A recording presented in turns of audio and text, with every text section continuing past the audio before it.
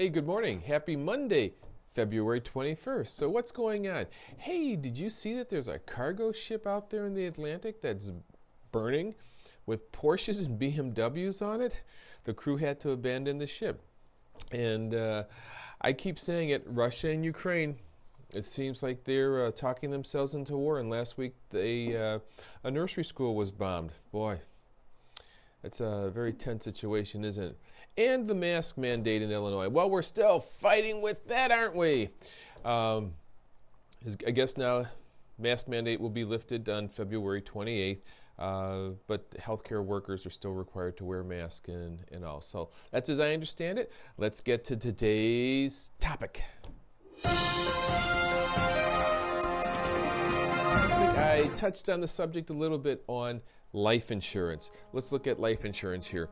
You know, most people don't like this topic at all. Most people don't like to talk about what happens if they or a loved one dies. But you know what? When people depend upon you, this is an adult conversation that we all have to have.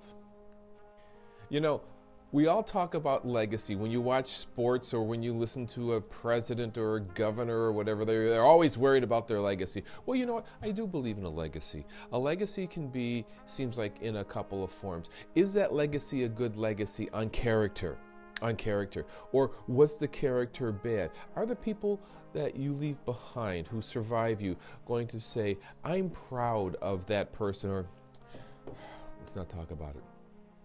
The other legacy I believe that we leave behind is a financial legacy.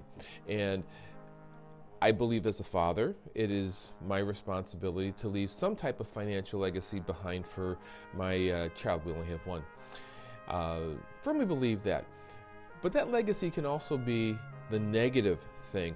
Are we leaving behind bills and responsibilities for the people who survive us? That's a very important thing. And that's where life insurance can come into play. Now let's understand, life insurance cannot replace you. Can't do that. But what life insurance can do is it can mitigate or eliminate the financial loss. You know, the last 38 years I've been in this business, I've heard people come up with some common objections to life insurance. And here's one that I hear all the time. You know, Mark, I don't want somebody to get rich off of my death. Translation is, I'm a jerk. You know, Mark, I have life insurance from my employer. If you have a good employer, work for a larger company, you might find that it's one-time salary, maybe a little more than that, maybe 1.5 times. I've never really seen much more than that. That's icing on the cake. It's not the cake, okay? If you have $10, $25, $50,000 of life insurance, that's considered final expenses, burial money, pay short-term bills that are left behind. If you have, say, 1 year or 1 quarter, 1.5, well, congratulations. You've just left your beneficiaries 1 year's survival. And after a year goes by, you know what they're going to think of you? So here's a question I get all the time. How much life insurance is enough? Well, you know, that depends on a lot of things. What you feel final expenses are going to be, realistically. That's a part in it. Do you need to have money for rent, for mortgage payments? Do you want an emergency fund? Some people need an emergency fund. Maybe the car engine goes, the furnace goes. Just depends on that situation. Do you want money for children's education? Do you need money to pay off student loans that are already existing? Do you need money to pay for, say, a spouse who's not working during what we call the blackout period between the time the children are gone but before retirement?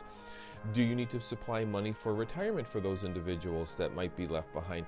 This all comes into play. What also comes into play, so this is where I tell people, don't be afraid of the money that you develop in terms of unnecessary need. Their Social Security benefits will be subtracted out of that. Current savings will be subtracted out of that.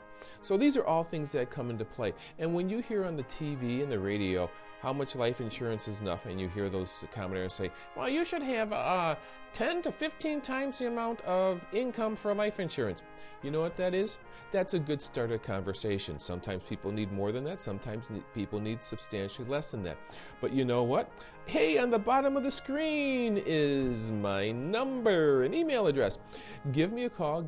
Contact me. I'll be happy to forward to you a needs needs analysis sheet that I use, and I'll be happy to have that conversation so you can determine how much life insurance is necessary for your situation so you can leave a positive legacy. You know what? I decided to put a needs analysis up. So if you want to take a better look at it, back up a little bit, freeze frame, and write it down. Or, like I said, contact me and I'll forward it to you. And what's going on at the MLD agency? Well, last week we were able to do some property and casualty business. We did some dental insurance business and worked a little bit more in the senior citizen marketplace. We also went to the tax man. Yes, here at the MLD agency, we pay taxes. When the politicians sit there and say, we're going to tax the big corporations, well, I'm a corporation, and I guess I'm huge because I pay a lot of taxes. Being cynical. Anyway, don't hesitate to give us a call. Number, once again, is at the bottom of the screen to see what's in your best interest when it comes to the insurance marketplace. Until next week, take care, stay warm, and be safe.